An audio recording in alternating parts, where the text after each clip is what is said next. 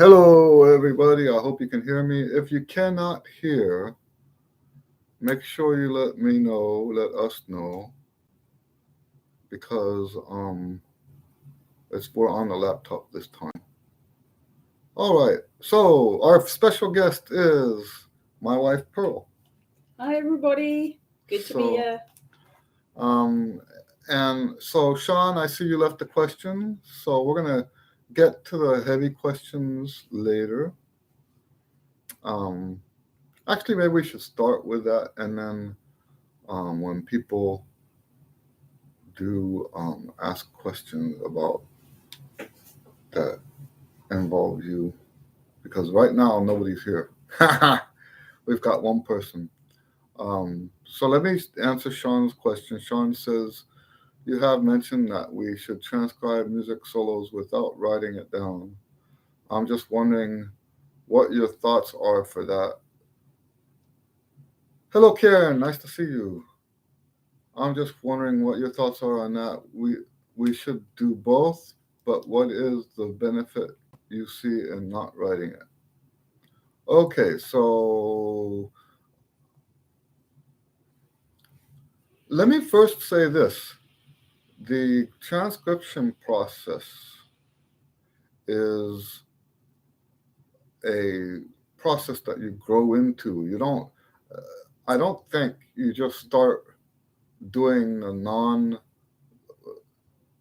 the ones that you don't write it down. I don't think you start off that way. It's, that's the hardest. So when I say you should do the transcribing that doesn't require you to write it down, um, I'm saying that that's an advanced thing. So you should do the writing one first. Get good at that first, and then strive for the more difficult stuff. Okay, so we got that. I hope that makes sense. Karen says, "Hi Eddie and Pearl. Nice to meet you, Pearl." And put a face with the name. There it is. Hi, Ta-da! Karen. So since nobody's here except Karen, I think that's Karen waiting, right? Karen, do you have any questions specifically for Pearl? Um, so I think what we can do is, so let's do this first. So you have music in the family, but you don't play music yourself. Never wanted to, right? That's right. So she's not a musician. Um, and but I'll tell you what, she sings at church, and she sings hymns, and um, it's my observation that she has very close to perfect pitch. Maybe I shouldn't call it perfect pitch, but she's got very good relative pitch. So when she sings, her issue is when she's singing with the choir. I think it throws her off a little bit. Not the choir, you know what I mean, the Oh, yes. congregation. I can't sing with other voices. Yeah, but you do have your father was a musician. That's right. You want to tell people a little bit about that? Well, he was never formally trained.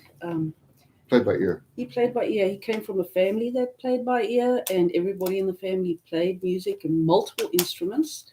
And they just, as little children, were always exposed to their parents playing, and everybody gathered round. The family sat in a group, and kids from very young on learned to play instruments, and this is the way they expressed their creativity. So yes, he was very musical. He played multiple instruments, and I don't believe he could read anything more than very rudimentary music. Right. So yeah. So you do have a background in music. It's just not performing it yourself. That's right. So Yeah. your family life was saturated in it, and then you also said that people in the department were also musically inclined. Yeah, it's very interesting. I have a background in physics, and a background as an academic in physics, and um, just about everybody who worked as an academic alongside me um, was quite an accomplished musician. Very interesting. Some of them were formally trained, some played by ear. Um, so, yes, very interesting blend of the different sides of the brain, really.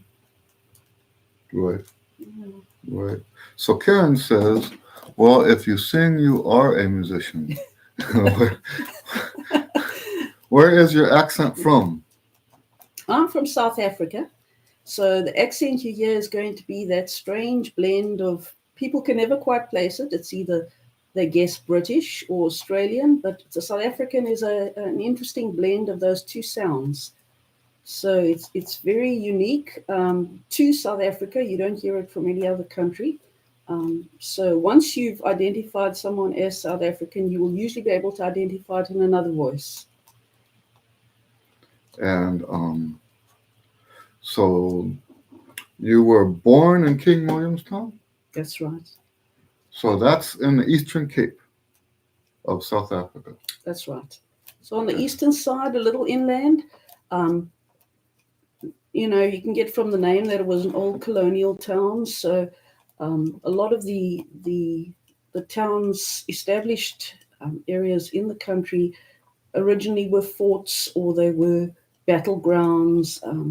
So yes, that's one of them that was originally a British settlement, um, and it had its German counterpart a few miles outside of town called Frankfurt. Right. Mhm. So now your father, you used to tell me stories about how your father would go out ministry work in the locations. That's right.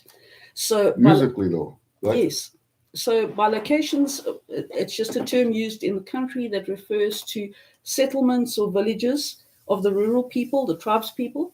Mhm. Um, so yes, my father and his brother would usually go as a ministry team out into these rural areas.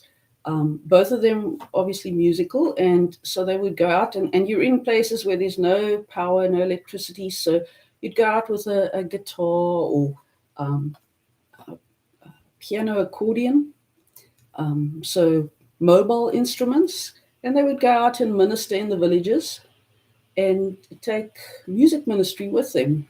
So they teach people songs and perform for them. So yes, he was Yeah. involved with that. And did you go with them when they went? I'd been out a few times, yes. Um, Interesting experiences. You would sit in huts on the floor, on the mud floors, and or out in the dirt streets where they would do open air ministry. So yes, very different from what we used to, sitting in a church with air conditioning. Yeah. Yeah. Okay.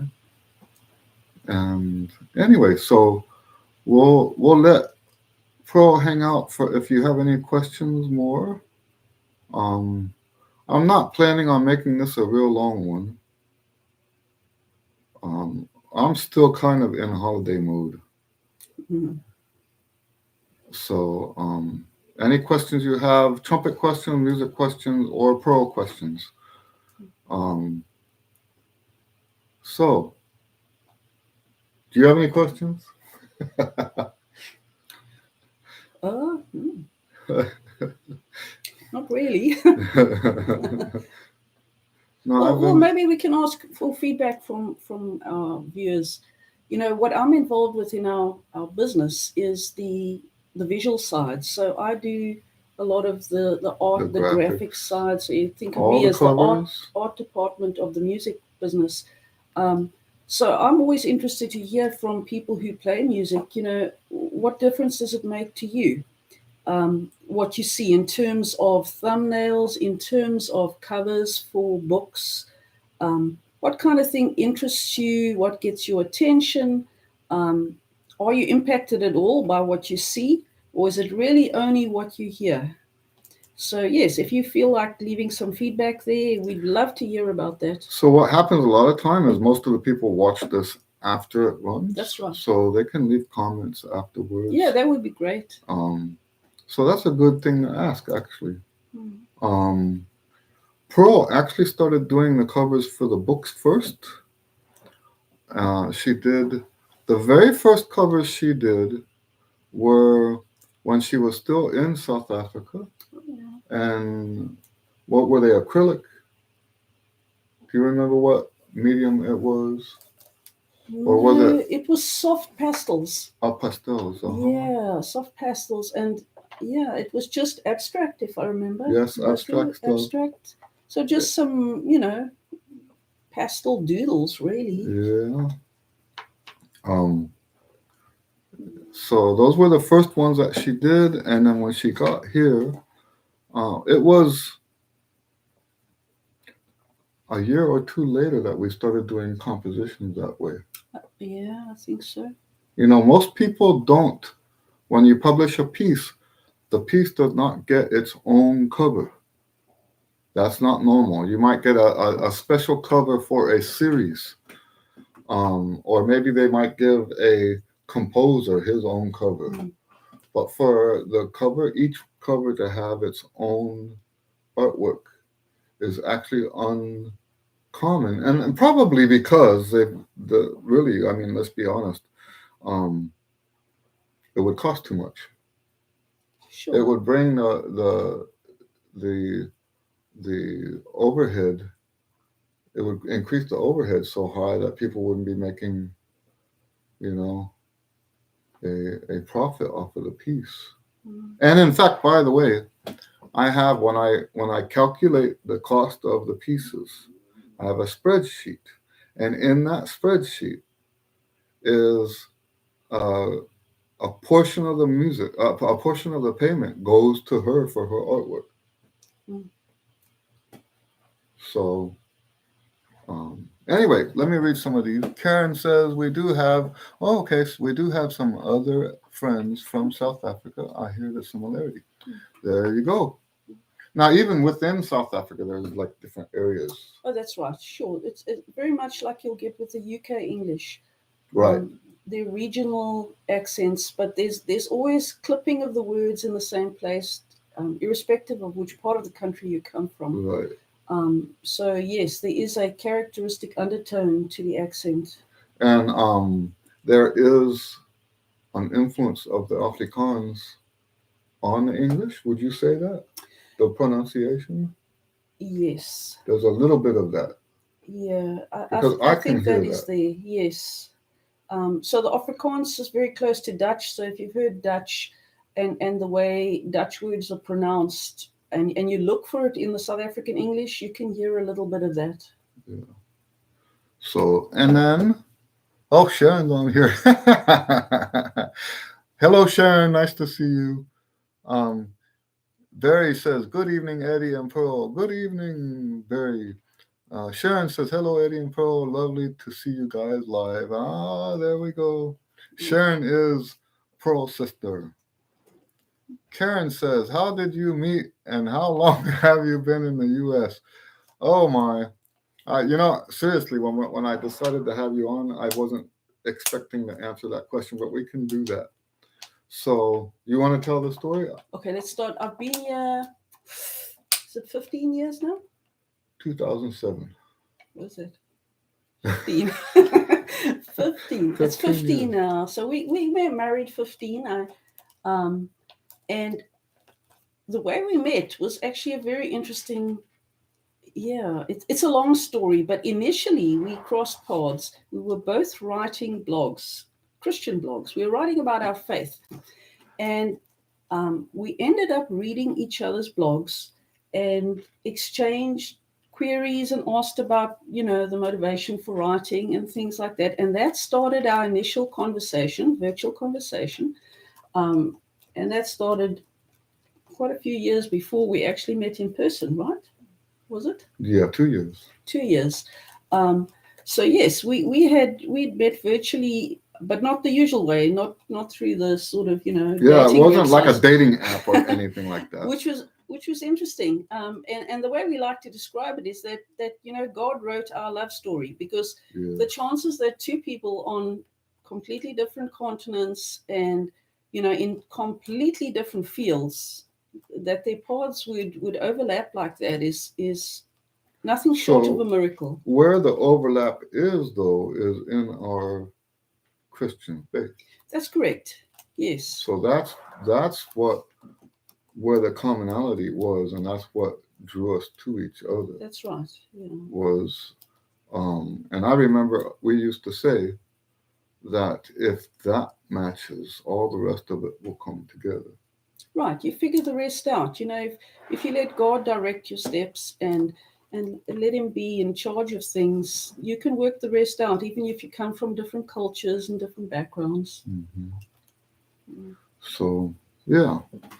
Barry says, "Can I ask you a question about trumpet mouth gap sleeves?" You can ask.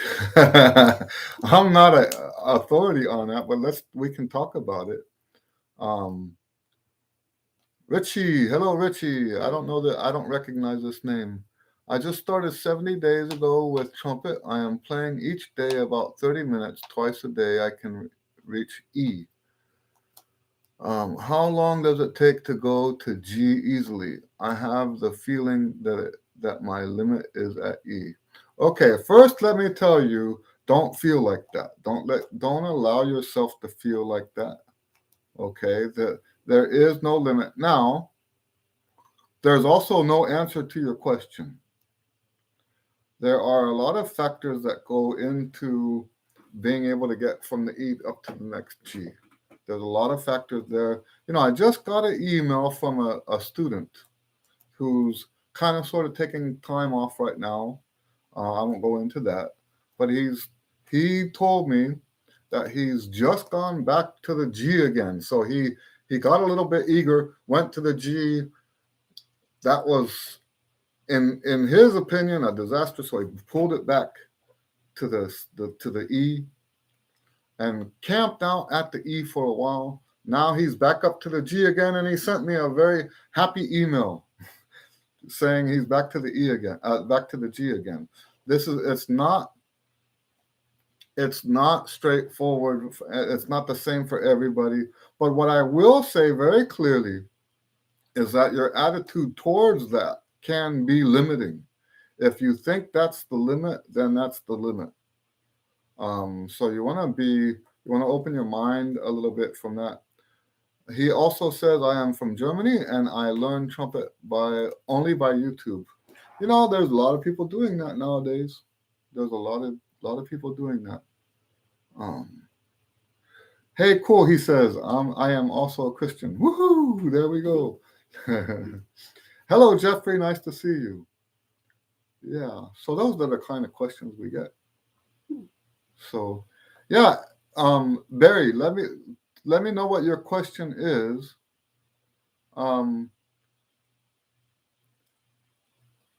Now I think you mean mouthpiece gap sleeves, and like the Bob Reeves, I think has a sleeve like that. I can tell you only what they're supposed to do. I don't know any of them the detailed mechanics. You're welcome. Richie says thank you for your answer. You're welcome. Um, yeah, I don't know the detailed mechanics. There's a lot of the science stuff that I understand. That's not one of the ones I understand. I can tell you sort of the history of the gap. People used to think that the mouthpiece was supposed to go all the way to that what we call the lead pipe, so that you would have um, a continuous pipe. What they discovered was if you pull it apart and there's a certain optimum distance between the mouthpiece and the pipe, that the horn plays better. So, do you have? Can you think with your knowledge of physics, what would explain that? Not offhand. No offhand. No. So he says apparently as a gap, each mouthpiece has a gap close to your lead pipe and others not so close. And apparently it makes a massive difference. And he says, I am also Christian. Right? Okay, so yeah, Bob Reeves does it. Um, it does make a difference. So anything like that is going to make a difference. You know, um, I've heard stories about, I think it's Monet. There's a trumpet maker called Monet, where and and this is old story, so I don't know how true it is. I don't trust anything I learned. In fact, I still don't trust anything I'm learning. You can't trust people anymore. Anyways, but I don't mind telling the story. I just have to put those caveats on there, right? So, um, what I was told is that I think it was Monet goes in with like an endoscope and a pick, and if there's any burrs on the inside of the middle, he shaves that burr off. Little microscopic pieces of like rock sticking off from the inside of the metal. He'll shave that off so that it's a perfectly smooth. If that's going to make a difference, then surely the distance between the mouthpiece and the receiver is going to make a difference. You know, and the same thing that if you have a curved pipe and instead of like one that has the little angles on it, that supposedly makes a difference. So understanding that it makes a difference doesn't make me an authority on any of that stuff, though. I don't understand what that optimal distance should be. And I don't even know the process of how they find that optimal distance. Um, I can give you an anecdotal story. I had a student, still have a student, but his mouthpiece sits so far into the receiver that it's the way we found out about it is I put the brass buzzer, that thing that Carl makes. I put the brass buzzer on the mouthpiece and put it in his horn, and it wouldn't go all the way in with the brass buzzer in. So his mouthpiece was sitting so deep in, and so what I think that comes from is people when they put the mouthpiece in, they either pound it or they twist it. And after many hundred times doing that, the mouthpiece receiver gets wider and wider, and the mouthpiece fits farther down into the horn. Could be. And and that's going to affect the way the instrument plays because that's not how it was designed, right? But so that adds another level of complexity to the gap issue because the gap doesn't stay the same. As the instrument gets worn down, the gap between the mouthpiece and the receiver gets smaller and smaller. But if you're So playing the same instrument consistently, aren't you adjusting as the yes, musician? but then the horn gets to a point where it won't play because and I think it has to do with nodes. Mm-hmm. So like if the node ends up, for example, um, what happens if the node for one of the notes ends up on one of the braces? That's one of the ways that they decide where the braces go. They want to put it somewhere there's not going to be any nodes. I might be getting that backwards. They might be trying to find out where it is on a node. I don't. Sure. But the point is where they put that brace, according to the location of the nodes, is actually important. Okay. So because they don't, what happens, I think, is that the brace can actually dampen that vibration right there, Right. and then the horn just won't play. Now, like I said, I don't understand it. I remember when I had ordered a dozen mouthpieces from this company called Stork, and what they do is they put it on your card, and then you try the ones that and figure out which ones you like, Mm-hmm. and send the rest back. I'm not exaggerating. Only tiny differences from one mouthpiece to the other. There were two mouthpieces on there that it felt to me like the air wouldn't even go through. Physically, you can look at it and they don't look any different whatsoever. Mm-hmm. And I did this with I didn't allow myself to look and see which mouthpiece was which. So I would mix them up and stuff like that so I wouldn't be biased. Mm-hmm. And still, I could not play those mouthpieces. It was as if it was plugged up. Right. And so Do I have an explanation for that? No, I don't have an explanation for that. But definitely something in the design of that mouthpiece didn't work for me. And putting it on the instrument, bizarre, strange things coming out of the horn. Really, really strange stuff coming out of the horn. Yeah. Barry says, you mentioned been together 15 years. Me and my wife have been married for 15 years. Oh, that's very cool. And we did meet on a Christian dating site in the UK. Hey, that's cool. That's very cool. Yeah. Any more questions? Like I said, we won't go the full hour this time. We're still in holiday mode today.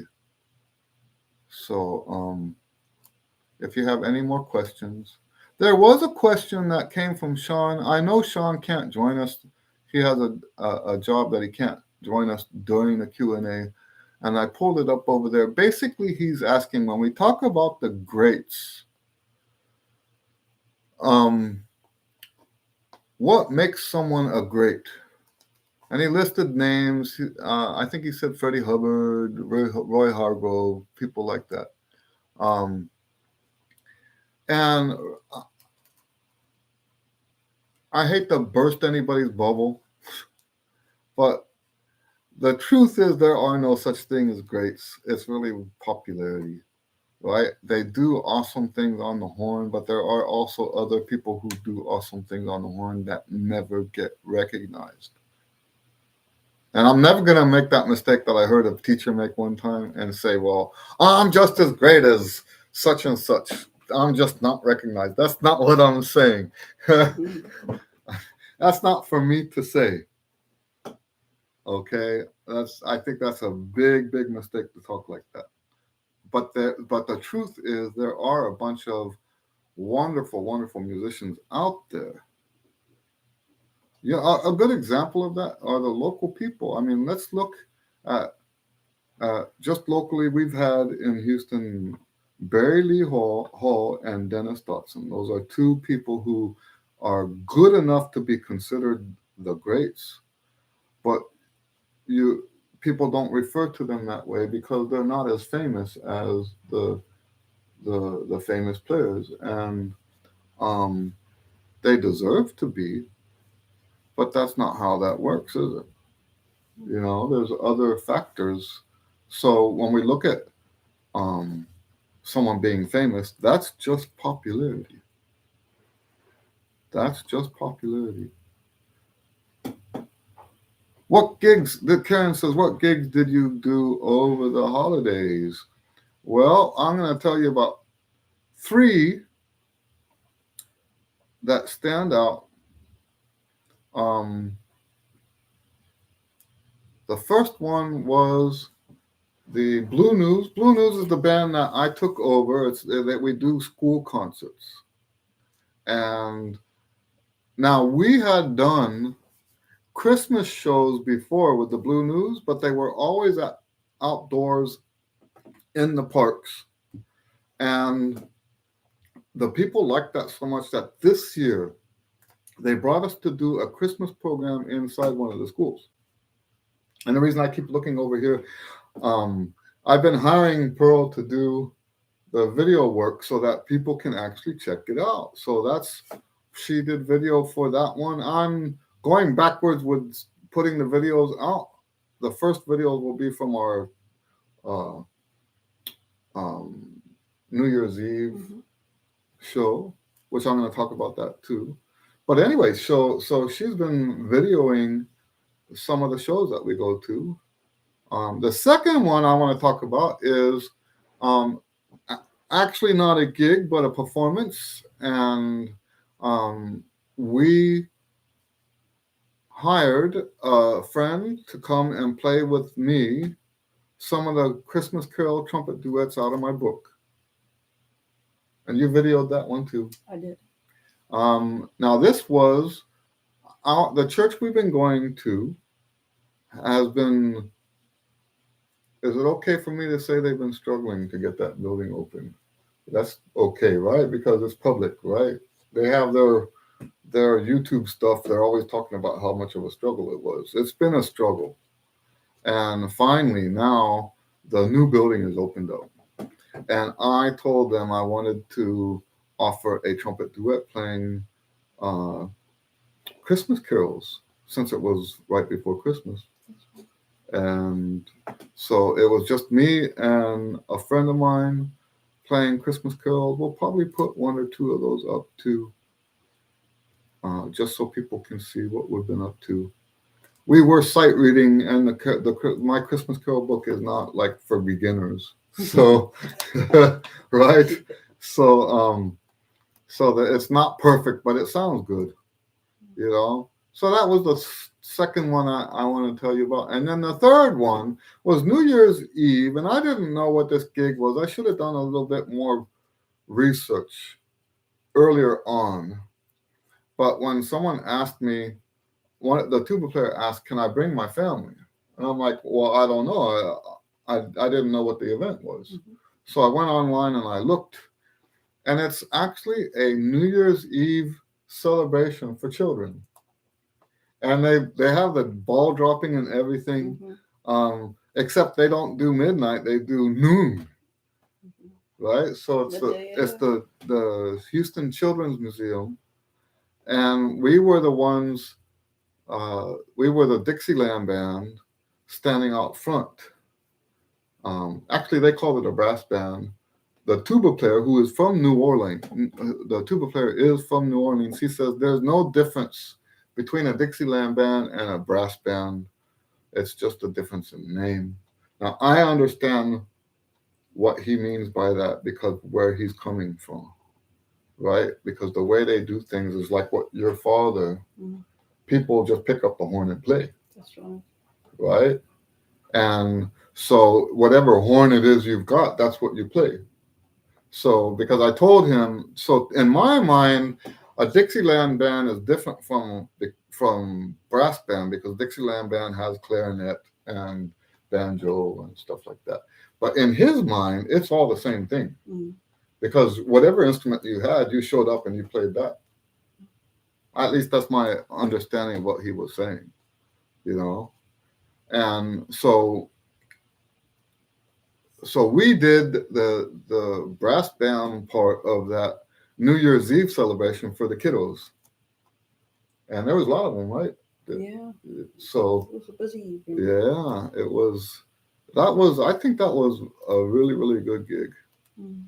That was a good gig, and the reason why we're doing video now is not so much so that you guys can hear what we're doing, but so that other people who might want to hire the band can hear what the band sounds like.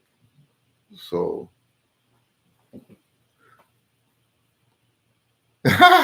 Barry says the greats get picked for first chair. You know what? I don't know if you've seen those videos. I think even the people who get first chair, it's popularity. It's just not the kind of popularity that we think. It's not social popularity, right? So there's different ways of playing, and if the band director likes the way you play, then you get first chair. That's how that works, right? So so Karen says, "Well, you put the videos on your website. What's the difference between a performance and a gig? I used to think a gig was only for cool people." Okay, so I'm differentiating between performance and gig based on pay. So a gig, if I say performance, then it's not paying me, right? And in fact, and I don't know if it's okay. Yeah, I'm going to say this. When we had this other trumpet player come play at the church, I paid him what I would expect to be paid at a similar event like that. So, it was a gig for him. It wasn't a gig for me. So, for me, it was a performance. So that's splitting hairs. A gig and a performance, they really can be the same thing. But that's in my mind. That's the way I differentiate that. And yes, I will put those on the website. I'm working on specific pages on the website for the different bands, and that's where they will be posted on the website. Um, I'm still not done with those pages. I've been making myself work on that for months now, and it's still not finished. So I like what she says. I used to think gigs was only for cool people. Yeah, the cool paid ones. Yeah, the cool paid gigs. Uh huh. All right, guys. Well, I'll give you a chance to ask maybe another question or two, and then we'll cut this down. Um, and I'm going to remind you, if you're joining us later, uh, Pearl asked, "What difference does it make to you about the artwork?" And I'm gonna add to her question, because we do have. Karen says, not to mean you're not cool. I have never been cool once in my life, ever. Cool is not something I've ever been. So, yeah, so we have one book that was a bit of a project for you. That's the the trumpet folk fill in the blank. Oh, You did graphics for almost every page. The the graphics are according to the theme. So if it's um, lightly row, you have a guy with a rowboat, that's right. right? Yeah, sort of cartoon style and. So it's reminiscent of the old piano sheet music Oh yes. that used to have the drawings, right? Yeah, just line images, So basic line art. if that's the kind of stuff that you'd like to see more of, so I have ideas for more books like that. Now let me tell you guys about that book before we cut out. Um, Basically, it's folk songs and nursery rhymes, simple songs, and you do them first in an easy key, and you memorize it or whatever so that you remember how it goes. Then you flip the page, and it's in a different key now, and I've left some of the notes out, and where there were notes, I put question marks. And that book is, I'll tell you what, the students that I've had that did those exercises, they can play by ear, they can improvise, they can transpose. So it's an amazing book for what it is. It's a little frustrating. I've had little children cry because of how hard it is. When you first start doing it, the tears start rolling. So it is a very, you know, because it's not expected. It's something outside of the normal sit down and play the notes kind of playing. It's a little challenge. Yes, it is a challenge, but the people who push through that challenge, things start happening and they're playing over and beyond what we expect for a typical classical beginner, right? It kind of, there's benefits to being a reading musician, and there's benefits to being like your dad that um that played by ear. There's benefits on both sides. I live on both sides of that fence, and I see benefits for me too. And I like introducing the students to that. Now, the reason I'm bringing this up is I have an idea to do a similar book, the next level up, but with hymns. Mm-hmm. And you could do the same kind of banners that you did for that, but with themes from the hymns, Sure. right? And so what I'm curious, as an add-on to her question, how much difference does that make to you, right? If you have a hymn book where half of the notes are missing, with big old question marks, and you're playing um, a hymn about peace, and you're going, ah! So um, Why can't I get that note? uh, but no, really, how much difference does the artwork make for you in that context? I'm gonna say for me, it makes a huge difference. I think, but we want to hear from the audience, right? Mm. How much of a difference does it make? You know, whether you're children or whether you're, you know, adults or whatever. Karen says, I find the cartoon type graphics very inviting and interesting. I tried some of the folk songs films, like she tried Oh, some of them. okay, Oh, there you great. go. Yeah. So she says she likes them, Okay. and they're inviting, Yeah. right? Well, if we added them in with hymns, it could be sort of like, I if it think gets stressful to fill in the question marks, you you can could, pray. yeah, you can pray, you can pick up some colored pencils and fill Oh, in that's right. the little designs and relax that way, you know. Well, that reminds me, we should actually plug your other books too, right? They're still available, right? Probably. So Pearl has Christian coloring books. There's one for healing, right? So will you describe the healing one to them? Sure. So I took a collection of scriptures that deal specifically with healing, um, and use that as the basis for the book. So each one of the designs, and they're all freestyle, so they're not computer generated lines. They're freestyle lines, um, and they're very abstract. So it's meant to just be a free flow of ideas in terms of line art. We're built around scriptures. So what you can do with it is use it as a meditative tool. You can read the scripture. You can sit and color in. You can doodle. There's space to doodle around the scriptures and around. Um, there are frames around the scriptures designed for you to color or doodle in. Um, and yeah, so that one's focused very specifically on healing, and linked to the fact that there's been research done on expressive art and coloring as being part of a healing process. Mm-hmm. So you use the two streams being focused on scripture that's related to healing, and actually actively involving yourself in the creative process by coloring or doodling along with the So I'll scriptures. tell you what I'll do is I'll put links to the books in the description after the video is over. Mhm. That's a good Yeah. idea. Thanks. And then there's another one about being blessed or something like Oh, that. yes. I took the concept of blessing and scriptures and selected, I don't remember exactly how many right now, but took a lot of scriptures that use the word blessed, bless, or blessing. Use that as focus scriptures. And again, it's an abstract set of abstract Coloring designs. book.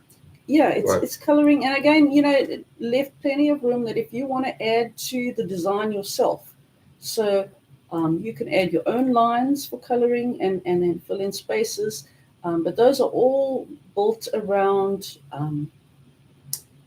scriptures that have to do with blessing.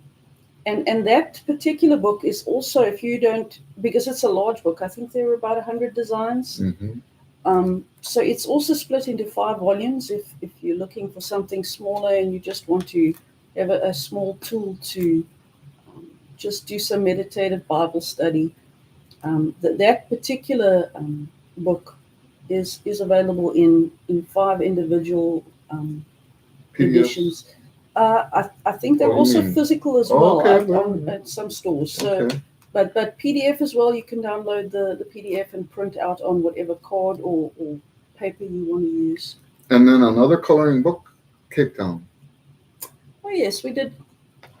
There's a book focused on Cape Town itself. If any of you are interested in the city of Cape Town, in South Africa, um, just took some of the concepts of times I've been in Cape Town, memorable places I've been, um, and things that I know tourists are interested in, and just put them again into line images that people could sit in and color. And there's a lot of facts that go along with it. So it's a bit of a fact booklet. So if you're interested in reading about different places um, and learning a little about the city, while you're sitting and relaxing and So coloring.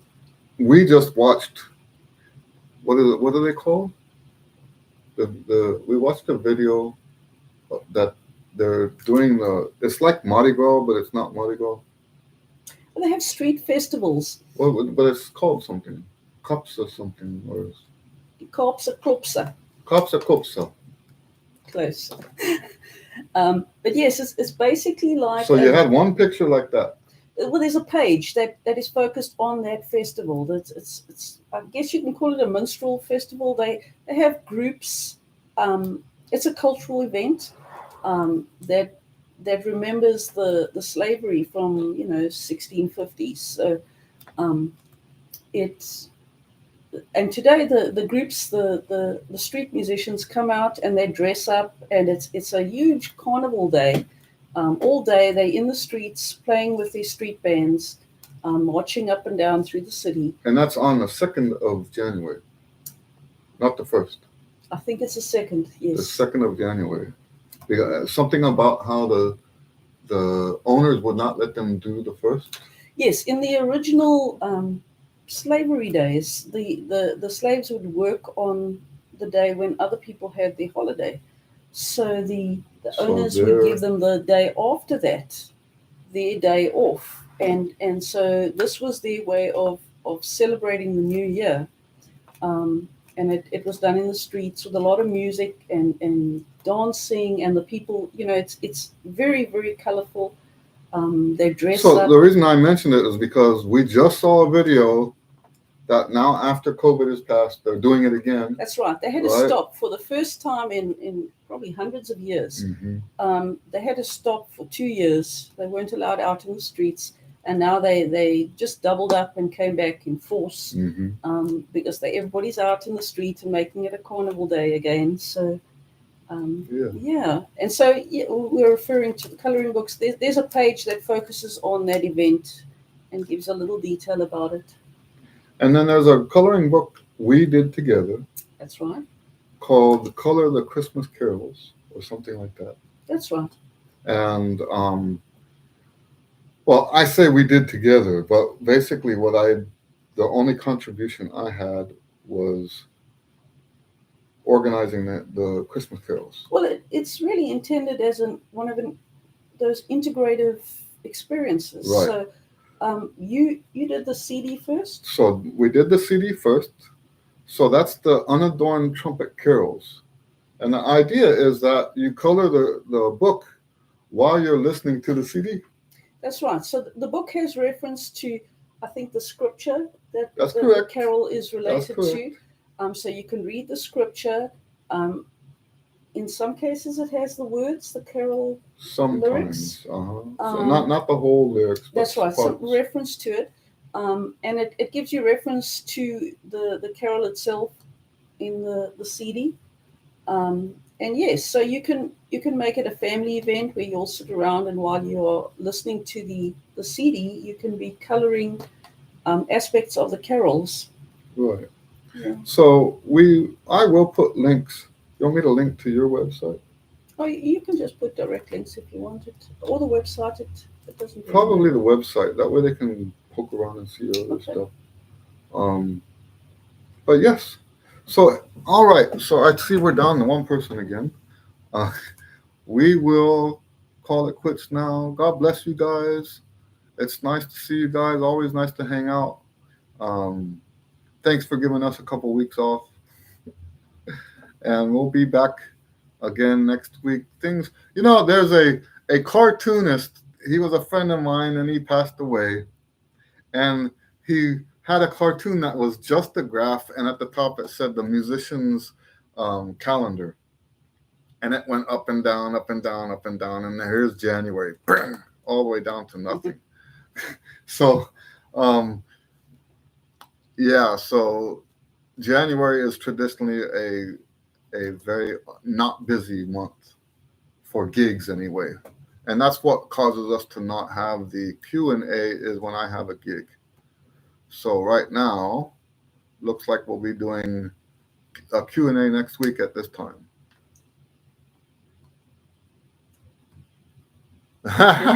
Jacob says I tuned in at just the wrong time. Do you have a question, Jacob? We can maybe answer a question real quick. You can always go back and watch it again. All right. So, and you can come back next week as well. So, God bless you guys. Thank you for hanging out. We'll see you next time. Thank Okay. you. All right. Bye. Bye.